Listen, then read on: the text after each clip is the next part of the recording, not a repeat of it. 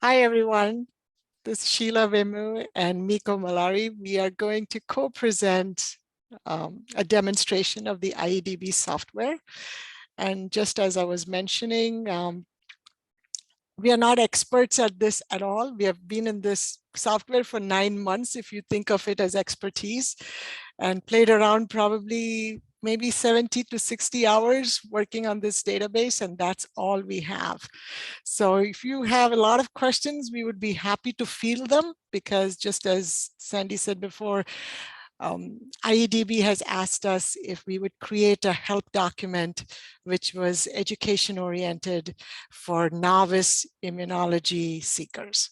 So any questions from all of you would be very helpful. So that's why we have decided to attempt this brave move. So that's our warning. So I wanted to take some moment to sort of go through the website with you, because it took Miko and I 3 to 4 months to realize how fantastic this website is. So IEDB, typically Immune Epitope Database, it's founded 2003. It's funded by the National Institute of Allergy and Infectious Disease. And it is a fantastic resource. In some ways, when I'm talking to my students and presenting this, I would always say it's like a catalog of experimental data.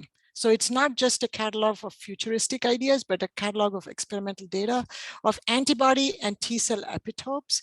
And it's not just in immunology, but also in the context of allergy, infectious disease, autoimmune, and transplantation.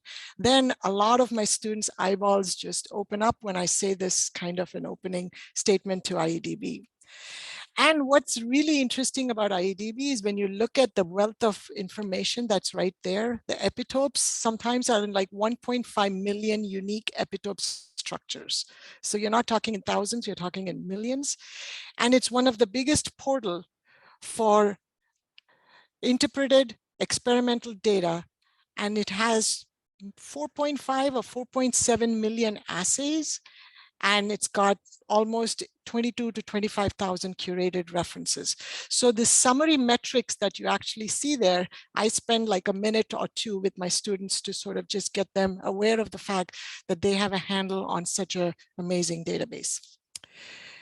And then I also spend a minute, so I'm actually doing this like how I would do it in a classroom, because that's the only thing I actually have done a demo of this software in, is I always tell them how this information was curated, because most of my students don't have an idea of how this information was curated from. So there are two ways in which: one is from the literature, and the other way in which it happens is through the direct submission of files from data directly to IEDB.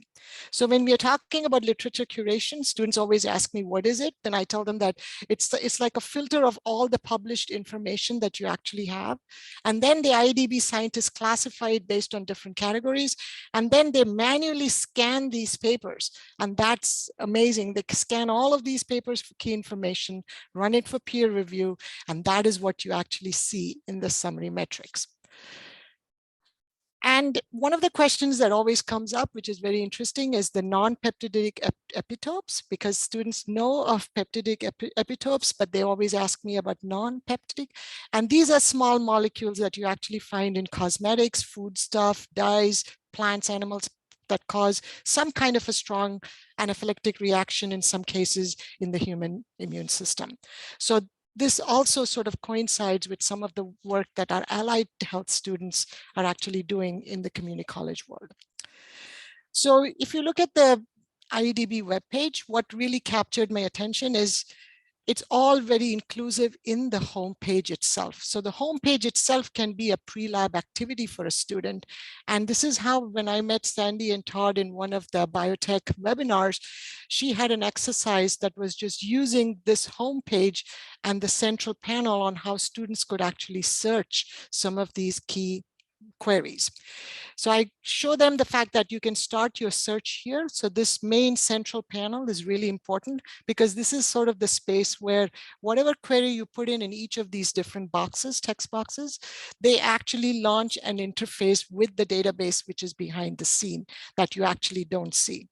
I've also used the time to tell sometimes students the difference between a database, a curation activity, some kind of a query. What does query mean? So some of them have no idea what query means in this kind of a world, and then what reporting actually means and what tools actually do for the reporting purposes. So now let's go through the central panel. So the central panel has... Before we start that, there's a comment in the chat to maybe if we could enlarge the screen a bit.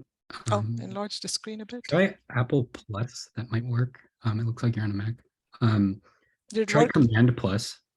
Or someone also suggested if you click the view option button, you can make it bigger. Command at the very plus. top. Oops. Okay, there you go. Can you see it now better? Yes, it's very Yes. it's a lot better. Not better. How do you decrease it? Command minus. Command minus. Okay. Okay. All right. Thank you, Miko. You could stop me. That's all right. It feels like the classroom. Perfect. So here's our query pieces. So the first box is the epitope box. And this is the time that I use to sort of explain the difference between a linear epitope and a discontinuous epitope.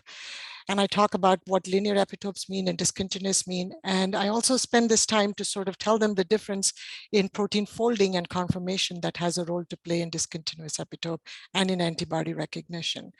And then there is epitope source, sort of the organism piece of what it is.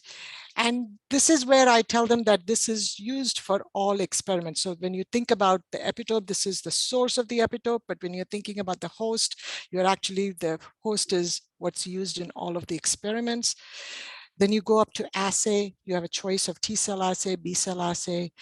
We'll talk about the difference between positive and negative assay. So positive assay would be where you actually see a binding. And the negative assay in this case would be where you do not see a binding. But sometimes when we're using some of the tools in IEDB, we want to select positive and negative, because when you actually choose the negative, it also lets you know there are experiments that have not been conducted. So there's a possibility that when you don't choose negative, you'll be pulling up data of experiments that were not conducted. So let's do a test quick here. So for example, IEDB, if I just do SARS, the pop-down menu picks it up. I think the negative option is that the experiments produced negative results. And yes, you're absolutely right. And also you want to make sure that you select that negative so that you are also clicking for experiments that were not conducted at all. So in some ways. So here you have SARS. So let's say we pick up SARS ID right up here, and then we move on to human. Oops, what happened? Do you see my screen? Yes. Okay. All right, so here we go. We go into host human. I'm going to pick both. And here I'm going to just pick, I could pick any, but we could just do a very simple search.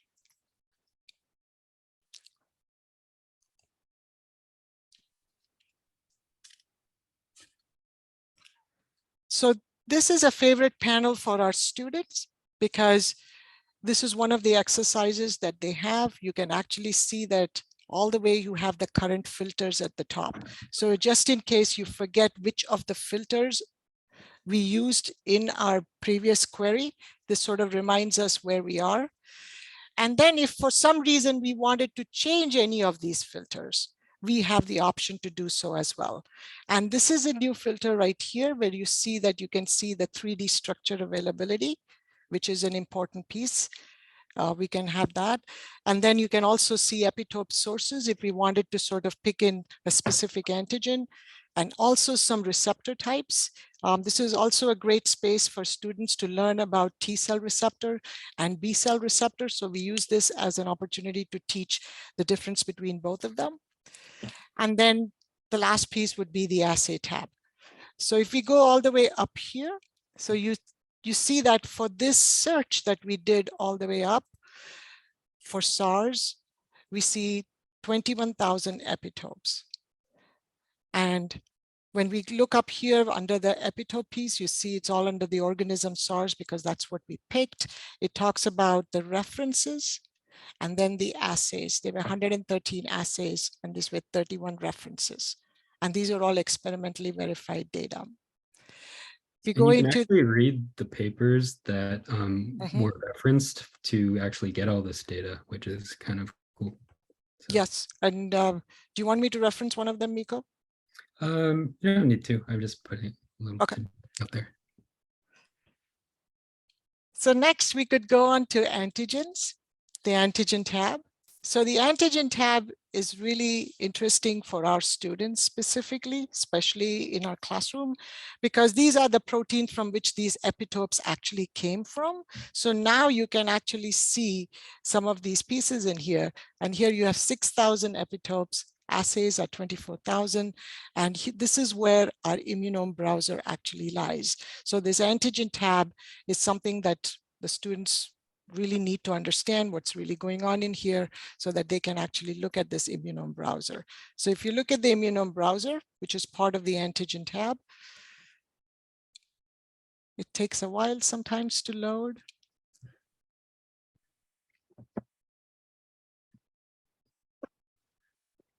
So what's being shared on the Immunome browser is essentially all of the positive and negative data that we've been talking about of the sequence that we've chosen on the antigen. So you can see where scientists have tested different epitopes on the antigen.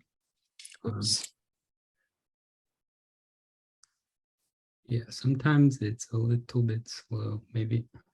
Miko, this is a question for you.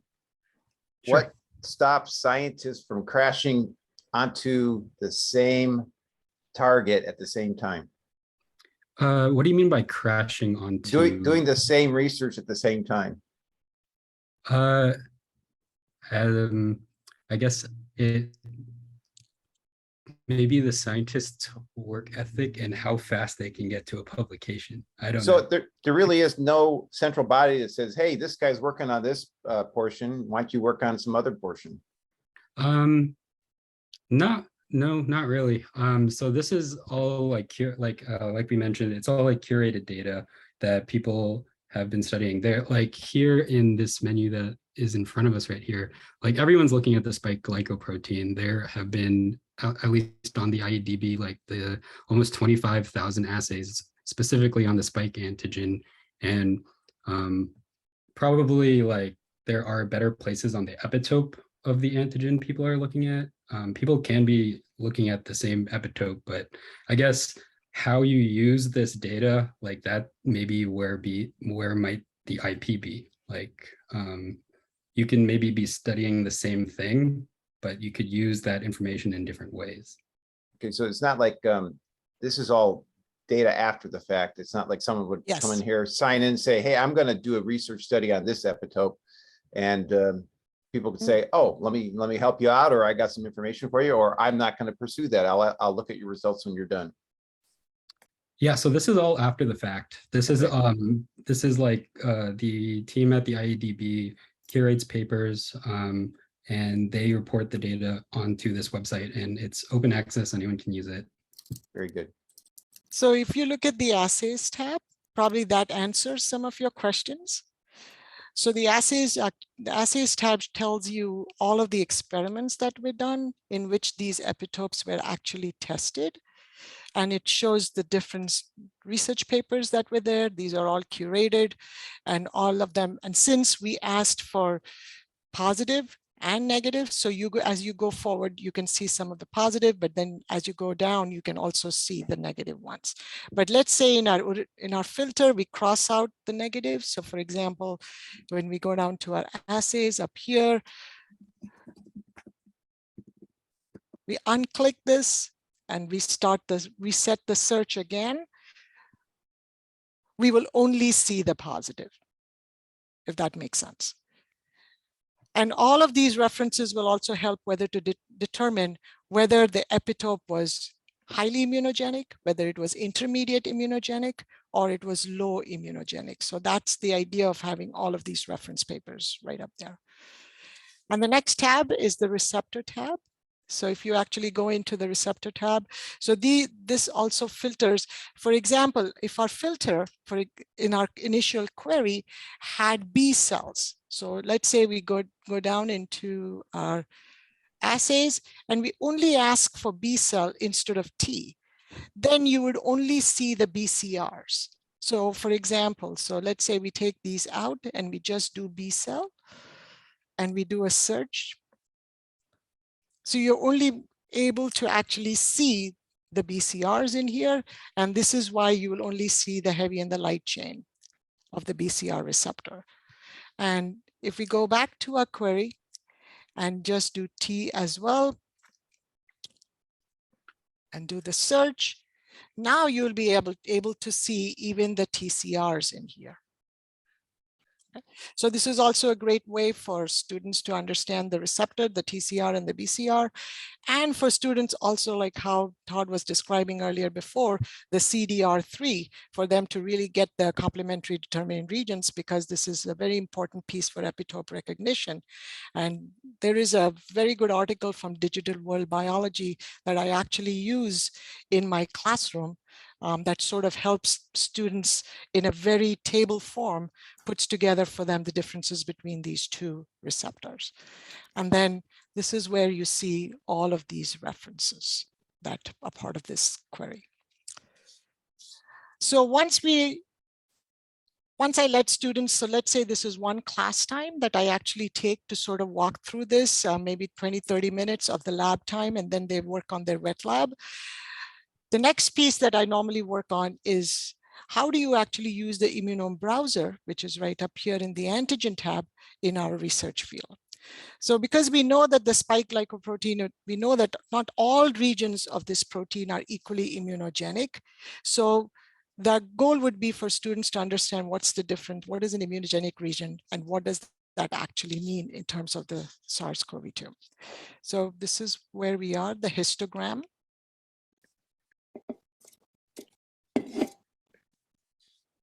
So what the immunome browser actually does, it takes all the published data about the protein and it sort of maps it for you, each residue of the protein. And not only does it map each of the residue of the protein with this immunogenicity, they also have some places where they can actually tell you the exact epitope assay that you can see. Oops, again. I pulled it up on my screen. I can share. Did it pull up on your screen? Can you share that for me, please? Yeah, I can share.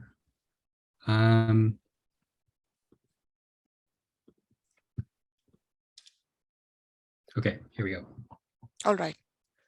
Thank you. So this is what the immunome browser actually spits out. And this is a new piece in here, which is view in 3D that we will talk about a little bit later, which is what Alma was talking about previously.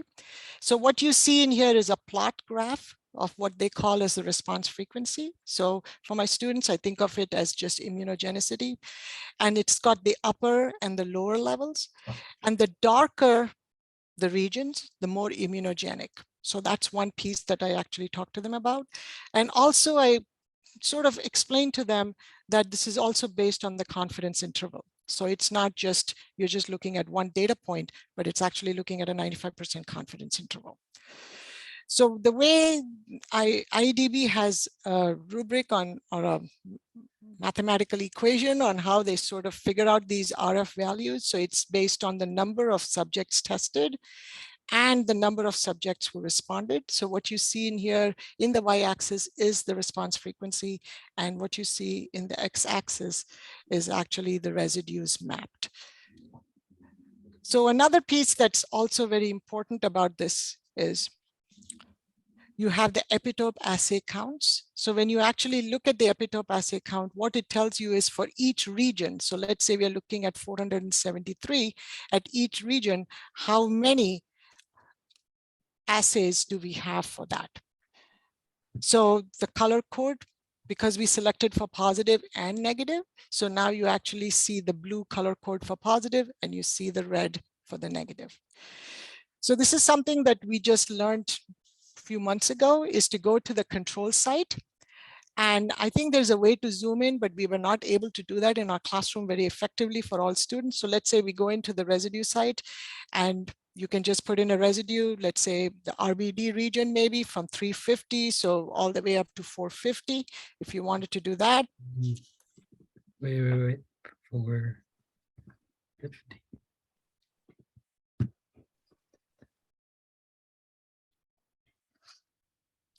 And then you can update the display, the green button on the right. Oh, it's updated. It's updated. Okay. All right. So now you will see, let's say you go in on some of these regions, you can see in the top panel, which is the response frequency panel, you'll see a score. And higher the score, the higher the immunogenic region of that epitope. Now, when you go into the epitope assay count, you can see the number of assays that they had. For example, Miko, if you wanted to go in on one of them, let's say 381. So it tells you right there that 79 assays were positive and 47 were negative. Yeah, and this gets into the question that we just had. So like, I don't know if 79 researchers actually found positive data, but it was definitely 79 assays, and that could have been more than one researcher. So you could tabulate this entire piece by going down to the table below. And students actually like the table. So we ask a question for these students as they go further down to see where exactly that region that they were interested in. So for example, we're looking at 370. So you could go all the way up here to 370. We're almost there. Okay. You're almost there. So here's 370 to 370. Okay. So all of these. So you could pick one of them, 370 to 385, 1329831. 1329831. This one? Yeah. Okay, cool.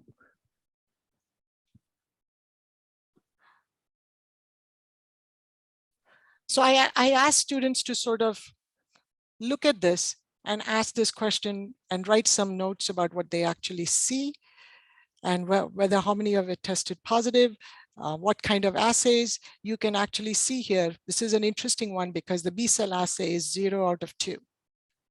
So it's not for just students to just look at epitopes that you actually see a very high binding, but also to look at some of this data, which is a negative data. So we can go back, Miko.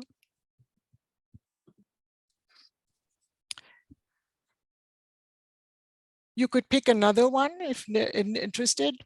Let's pick another one. This is a T cell assay because we asked for T and B. So there's an exercise for the students to sort of understand this language behind this data sheet, and to sort of think about linear versus peptidic, discontinuous epitope versus linear, as well as the assay type of T cell versus B cell. And Sheila? Yes. I think so. That looks like, so the assay is gamma interferon release. I'm pretty sure if you were to click those numbers where it says positive or all or either one, I think it should give you a paper that describes, should be a link to a paper that describes the assay. Yeah, there you go. So there's a link to the paper if you wanted to see what happens in the assay, or at least see what happens in the paper. Yes. Oh, Angela has a question. Does it matter to define which amino acids are part of the peptidic? Okay, I have to preface this. I'm not an expert. What I understood is, Angela, the amino acids, if we wanted to sort of craft a query, we could add those amino acids as part of our initial query. So if you go to the first page of IEDB, where we were entering the epitopes, you could add in a specific set of amino acids in here if you wanted to. But I think, Sheila, what she's asking is what amino acids are part of the epitope.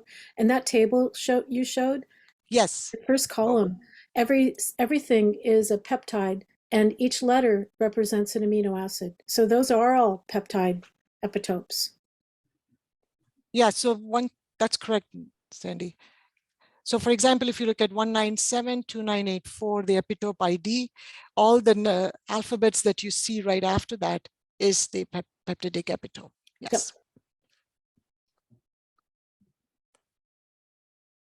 Oh, she says in the prior page, I saw a column called epidotic sequence. This is the yes, yes sequence. Yeah. So that would be the amino acid sequence of the epitope. So we could go back to the immune browser, and there's one more piece that we want to show before we go on to the tools. Oh, you want me to go into the tools now? Okay. No, to immune browser, we can show them variants, and then Oh, you can do the browser. Oh, yeah, that piece. Okay. yes, Cool. that piece. So this is an exercise that we started to do in spring, and it was to look at the variant types. So if you go all the way up here. Let me just refresh this. Yeah, I think you need to refresh it because we are seeing a different antigen. Quickly. Do you want to close some of your other ones, the epitopes?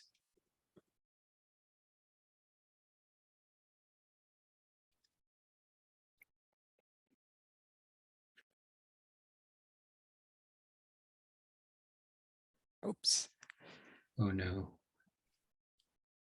Oh, there you go. Okay. So if you go into the select variant types, and there if you scroll down all the way down, you can see all of these variants. And if you hover around one of them, you can actually see the name in case you don't know any of these variants by heart. So it actually tells you what the variant is. And if you, there's also like so maybe go to another one, can see the 1.17. We can pick any of them. Yes, that's Omicron right there. And then when you click that and you select that, and then you update your display. Okay, it's already updated, great. And if you wanted to decrease your residue position start, so we can actually zoom in, all these red lines actually show you the spaces where the mutation is. Let's go to 530.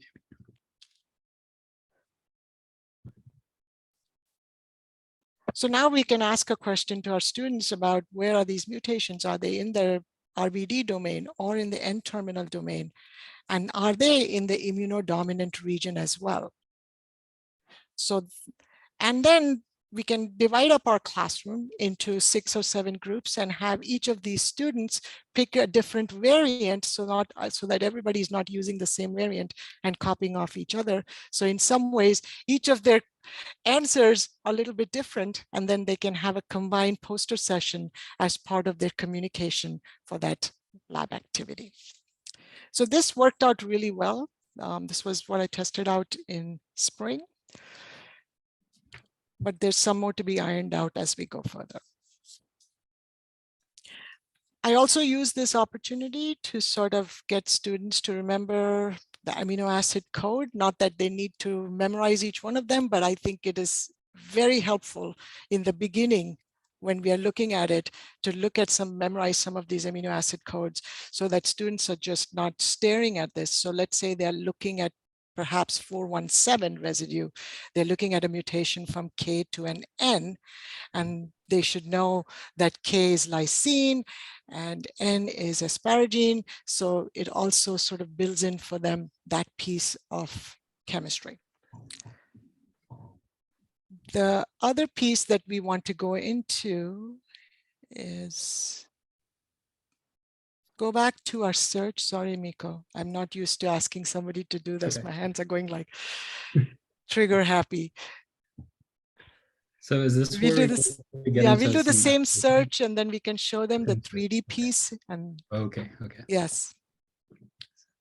And then the negative. Yeah, go to the 3D structure availability. Yeah, and then you can take it over from here. Yeah, so something that is being changed actually in the IEDB and something in the works is that they're trying to be able to give us tools to actually visualize the pull antibody structures. And there is a tool right now, but they're trying to convert it over to ICN3D. So that'll be a cool thing to visualize. Did it load? Okay. So SARS should be right here. Yeah, going to Immune, yeah, going there. Oh yeah, here we go. Yep.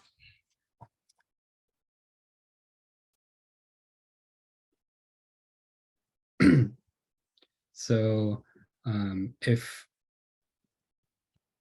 you can see here, this is the SARS-CoV-2 spike glycoprotein that we've been looking at. And this is just a kind of cool way to visualize the antibody, the spike glycoprotein. But on top of just being kind of cool to look at, there are also some things we can do to actually get some data out of there. If we go to the same variant, I think it was Omicron, that was B1, I think it was this one. This one? I think it was this one. Miko, do you know how that structure is obtained? Is that computed or is that actually deduced from crystallization? So they source data from other platforms and they import it into here. Like, so what they're trying to do is when they move it over to ICN3D, they'll collect data from other databases and pull it all together onto this platform for your, so you can visualize. So we won't necessarily know the source then. Well, there, you should be able to figure it out though. Is the PDB ID there somewhere? Yes, So, it is. So if you have the PDB ID, you can go to the NCBI and it'll tell you if it was, how it was obtained, if it was a crystal structure or cryo-EM or NMR. Those are the main methods that people use. Very good. Most of them seem to be NMR and crystal. Yeah, most are yeah, X-ray. Mhm. But I mean, it depends on the size of the protein, really. Thank you, Sandra. all right, so with the variant that we've chosen, we can see what portions are actually mutated as we saw on the actual graph. It's kind of cool. You can see here that this portion has a lot of mutations. And if you click onto or just hover over any one of these small residues, you can see exactly what residue it is. So this is like a powerful way to visualize and kind of conceptualize what's actually happening and what the data is showing. And yeah, I think that we can move on to some more like applications of how you maybe use the IEDB, unless you have more on this part. Are there any questions? Because for the structures that actually don't have a structure, they're looking into getting it into AlphaFold. And that icon is coming up very soon. So that's, and it should be in the assays tab. So Miko, if you go back to the assays tab.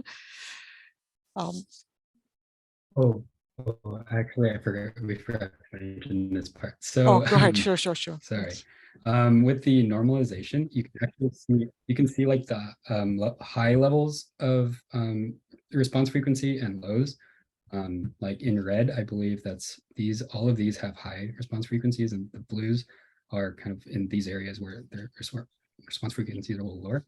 So that's also another cool way to visualize the data and see what's actually happening on like these proteins. But yeah, anyways, sorry for that. So the 3D viewer project, which is a big part of IEDB next goals, that can be very easily put together in the education format. They're going to have it in the assay tab, the epitopes tab, and in the antigen tab. So what the difference is going to be between the assay tab, where the 3D viewer is going to be, and in the epitope tab, is that in the assays tab, it is going to be per assay. So it's actually going to show individual assays that have been curated and the specific 3D structures for that, compared to just the epitope, which is just a display. So probably now we could go to the next question that we thought of asking our students, is that if you already know a protein, then you can actually do the immunome browser to ask these questions about immunogenicity and where is the immunogenicity for the different variants. But what if there is a protein where no epitopes have been discovered as yet? And if you're thinking about predictions for vaccine design, or if we're going to ask a question, if there are any parts of the protein that we need to discover even more in terms of being antigenically determinate, then the tools become really important, because now you're really asking this question with the prediction tools, is what's actually happening in the decision making. So we're going to just do a quick demo of the tools. And I have to say this, that the tools have a whole lot of machine learning and all of those algorithms behind it. So when you guys were talking about it, Keith, in the beginning, I said, oops, there could be a merger, but that's not my cup of tea. But I guess there is a possibility. We had one of the IEDB scientists was part of our team and then suddenly got recruited to do this machine learning piece. So they have just dropped off the face of this space. They're like so busy.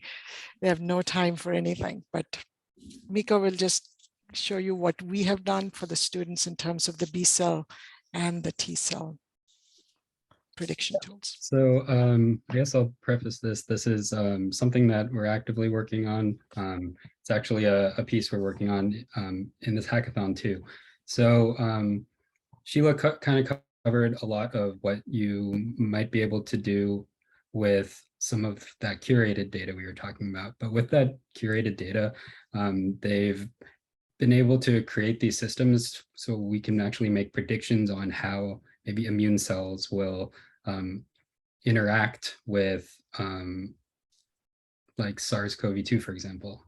I'm going to go into a T cell tool. If we go into here, something that's super powerful that we were playing with was the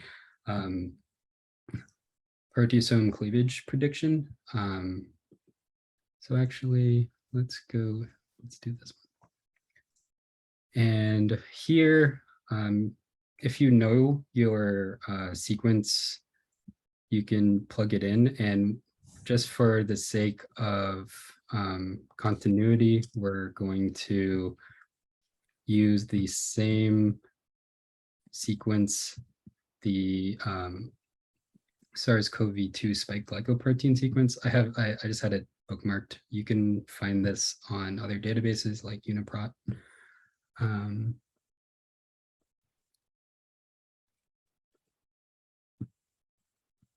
Oops. Sorry, my mouse is going crazy. And here you're actually able to make predictions on how okay, let me back up. So what's happening here is when a virus infects a person, it can infect the cells of that person too. And once inside the cells, the virus can like begin to multiply. The way our immune system kind of has evolved over time is to create ways to battle these viruses by breaking the cells down within the cell and presenting them on the cell surface.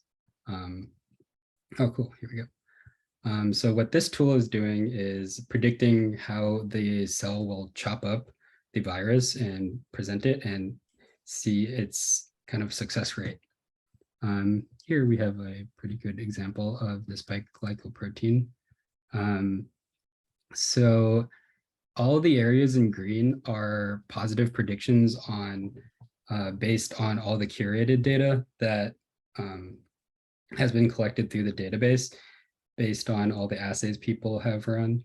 And it looks like we have 3 little spots that hold up pretty well. So these little spots are the epitopes or the peptides that are connected to the antigen, where people can actually get a good idea if a T cell will actually interact.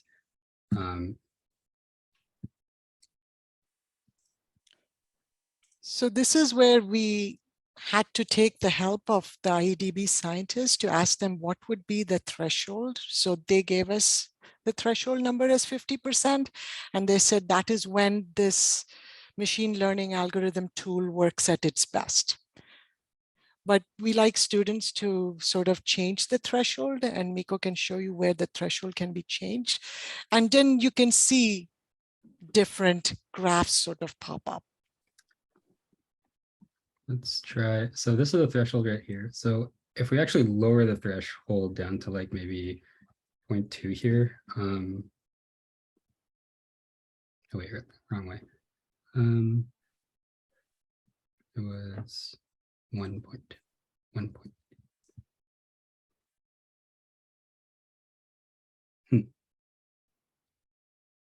Why?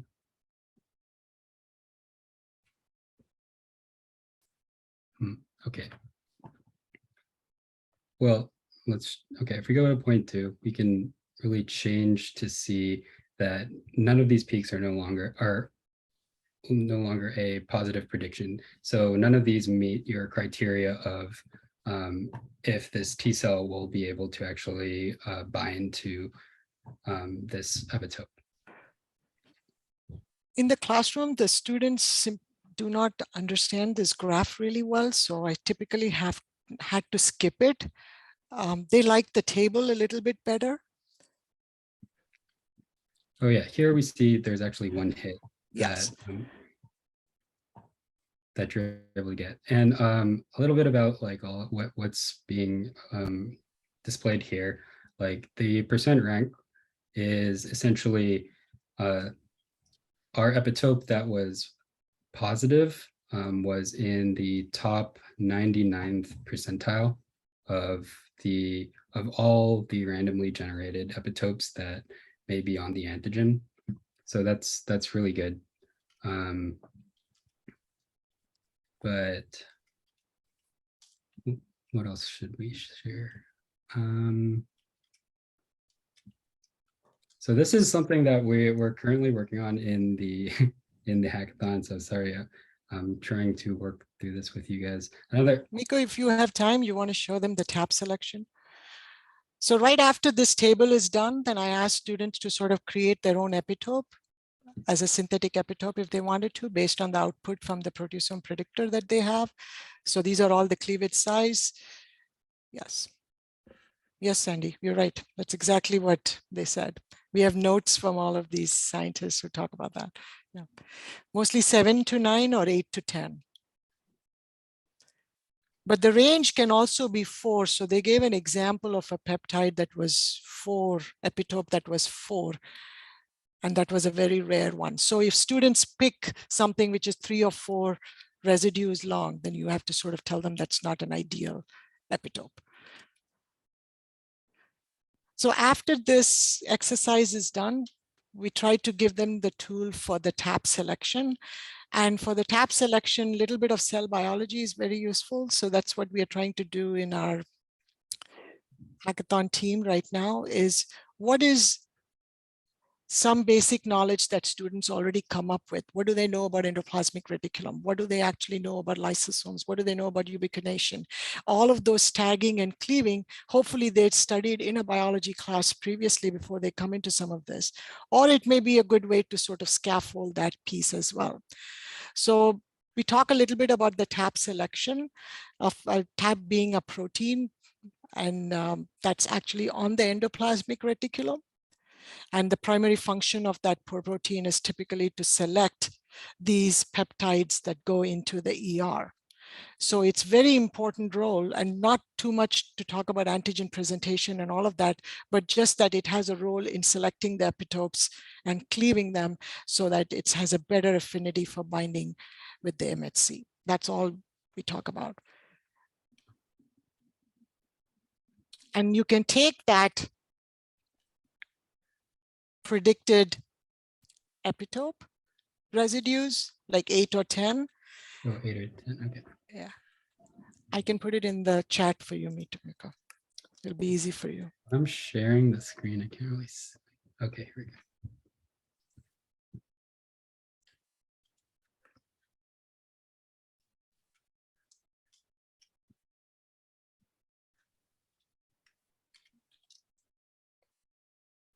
You want to type this in? The one that we used?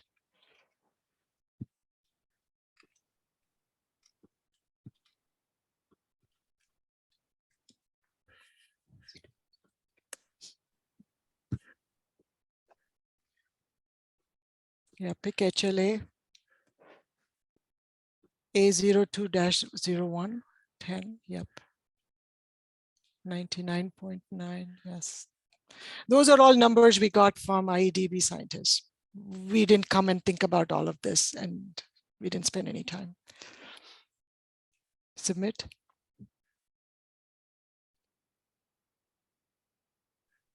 Oh, wait, did I choose? I think I chose the wrong HLA.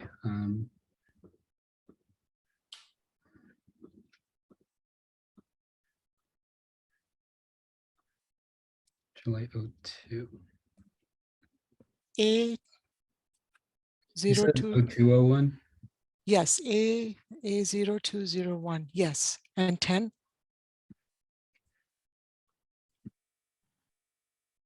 Oh. Is there a reason that you choose that allele, that particular allele? Good question, Goli. We had a series of other questions, so we didn't ask that question. But good one, yes.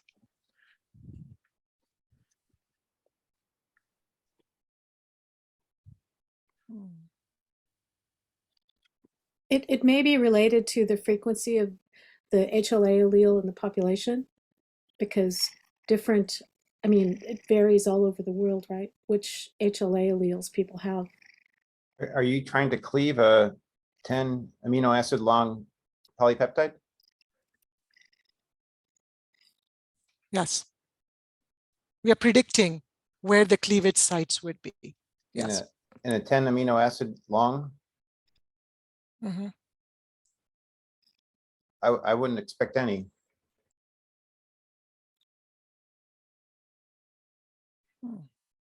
Well, I guess if the cleavage events were on the outside of this, this would be the resulting epitope, or right? So I guess, yeah, I think that you are correct that there would not be any cleaves on this if it was supposed to be cleaved down to 10. Are you trying to ask a different question? No, I was trying to, I guess, understand your question. Okay. Can you go to the table that you have, Miko? For the same thing, just go to submit and go to the table. Oops.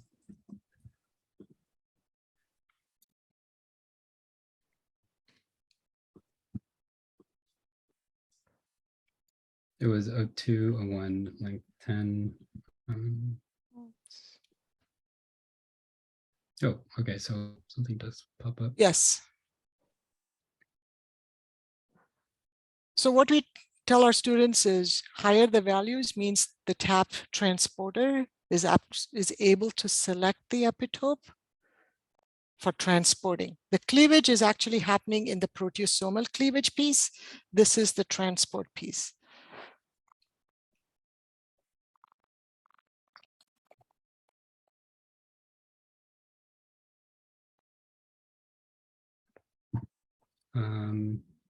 Should we quickly go over a B cell tool? Yes, we could go over the B cell tools.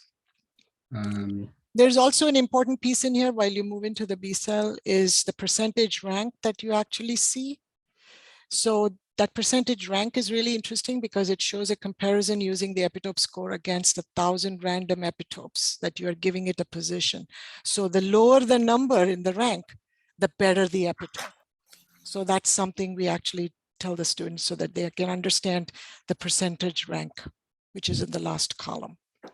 So even though it's in the 8th percentile, also it's not, even though it's like in the 8th percentile, it only has like about 39% chance of actually getting cleaved, making it through the ER, and then being presented onto the cell surface.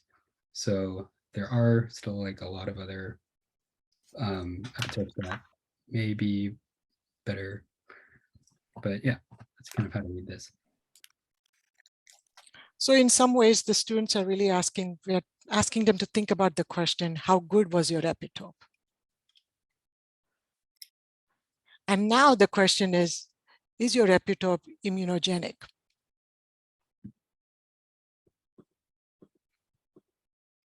And for that, we'll be using the B cell. Okay, so like we mentioned before, this was also making predictions based on all the data that was collected. We're still going to be using the same spike glycoprotein as before, and we're using side chain A. And they have different versions, but we're going to stick with this one because. And here we go. This might be a little easier to see. There are a few more spikes. So this kind of has the same idea of getting different scores and being able to set a threshold based on whatever parameters that you want. So everything in green are positive predictions again, and everything below this threshold line is not a positive prediction.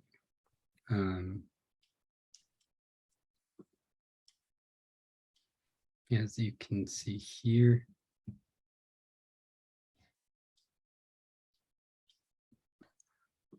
We selected Discotope. Yeah, that's the Discotope. Yes. Or did you want to do the?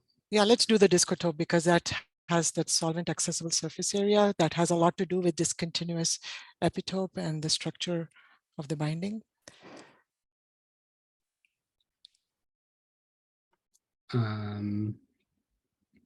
So a lot of this data is based on like the amount of cell surface is that's available. What are their parameters that were there?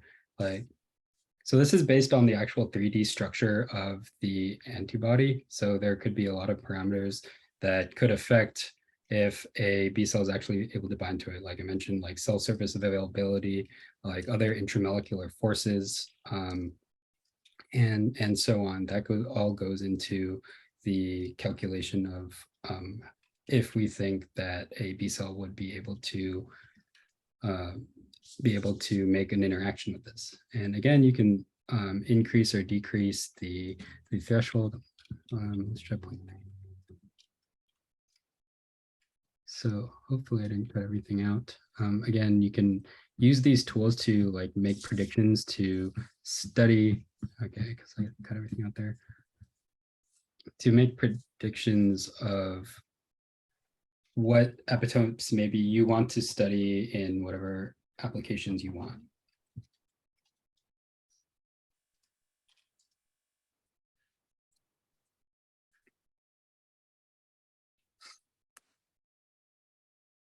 So whether the epitope is buried or it's exposed, does it have surface accessibility, flexibility of the epitope, and also whether it's hydrophilic regions are exposed?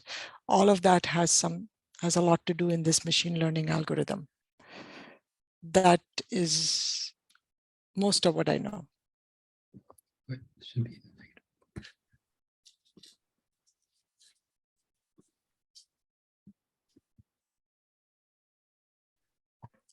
So the tables are very interesting because now when you look at the tables, we can ask the question to our students is, you're looking at the position, the residue name, you're looking at the propensity score, and you're looking at the final discotope score.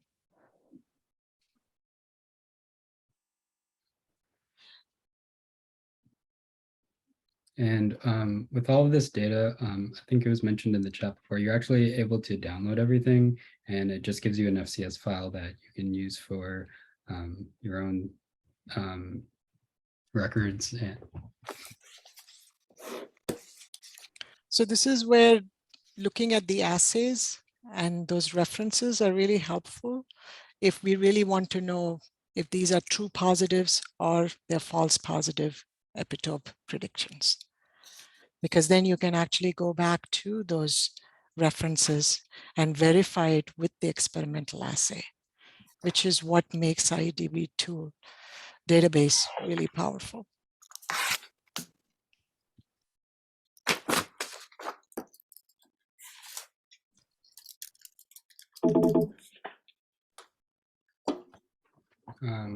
I guess with that, we can take some questions, and if there are any more, I know you guys have been asking throughout this whole thing.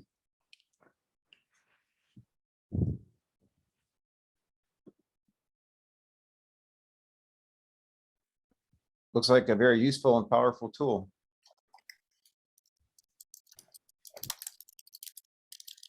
I have a question. It's just struck me that you could do this. I'm pretty sure you can do this anyway. So with drug companies that are making antibody drugs, a big problem, well, with any drug, right, would be off-target effects. That is, does it bind to something it shouldn't bind to?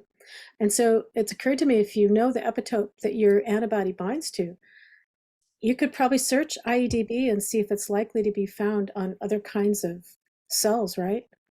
And other proteins. Yeah, you could search it with organism, right? Yeah, so you could predict possible side effects, or if there would be possible side effects. I'd say with the caveat, IEDB is a curated resource. So it's epitopes that appear in the literature. So what you find in IEDB are, now the prediction tools are a little different, right? But if I just did some other kinds of searches of databases, I might find that. Does that make sense? Yeah. But now with the AlphaFold, there is a possibility. Yeah. Yeah.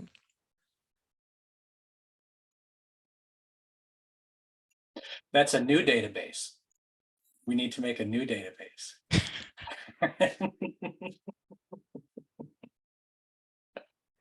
So if we change the organism and the host, we can actually see that list of possible epitopes that are present in other hosts, and not just restricted to the human or to that particular organism.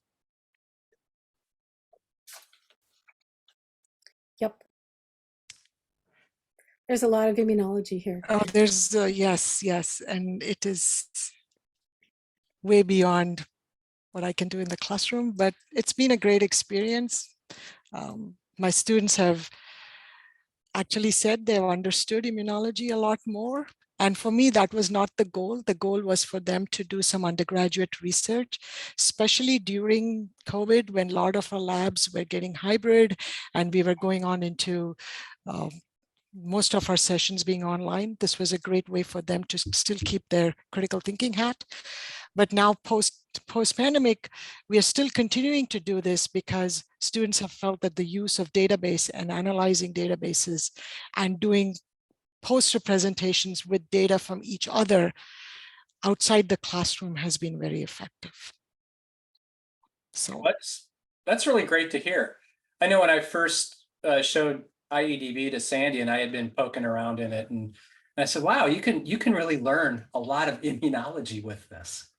But it's it's a little convoluted, so you got to learn how the filters work and things. But as you're stepping through them, you're actually learning immunology. It took me a long time to figure out how I could do something with it. Yes. So for people who are new and this is my last plugin, is if you're new and you're excited about this and you want to try, the best place to start is to use the homepage. And go through each of the panels in the home page and build a question on that for your students. Yeah. So there are like 6 little pages in the central panel. You can take each of those blocks and create a couple of questions that's good for students to sort of learn how to query and to understand what curation and query and reporting mean.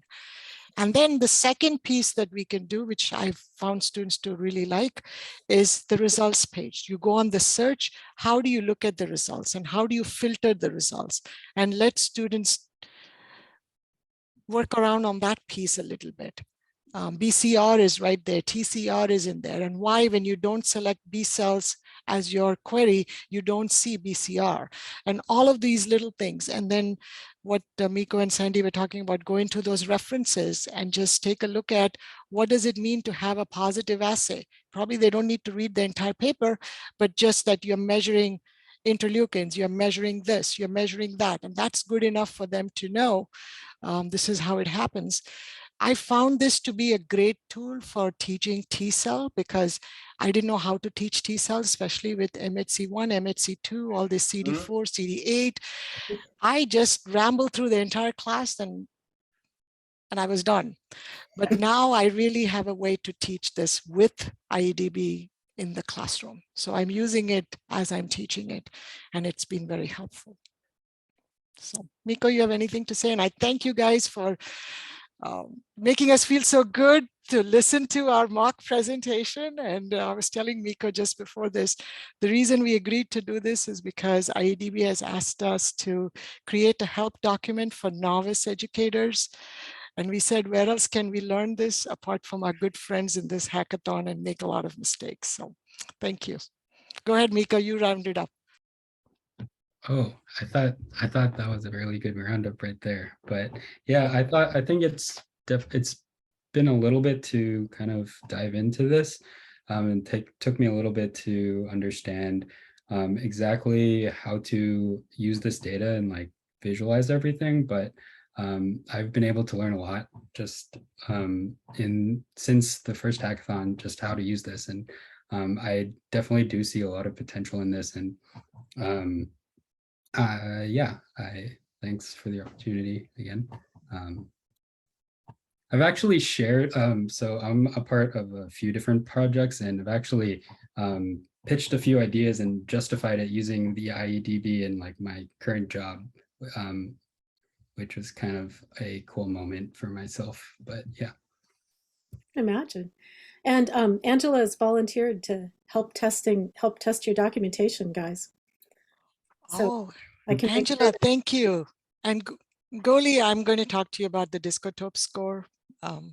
I don't know the right answer right away, but I can wrangle around it. Well, cool. Thanks. All right. Well, off to work with your teams, however you guys are scheduled, if you're taking breaks, whatever. And I will see everybody tomorrow morning and probably go visit in with some of the teams. Drop by and say hello. Thanks, Sheela. Thanks, Miko. Man, you've come so long, such a long way. Become our IEDB experts, that's for sure.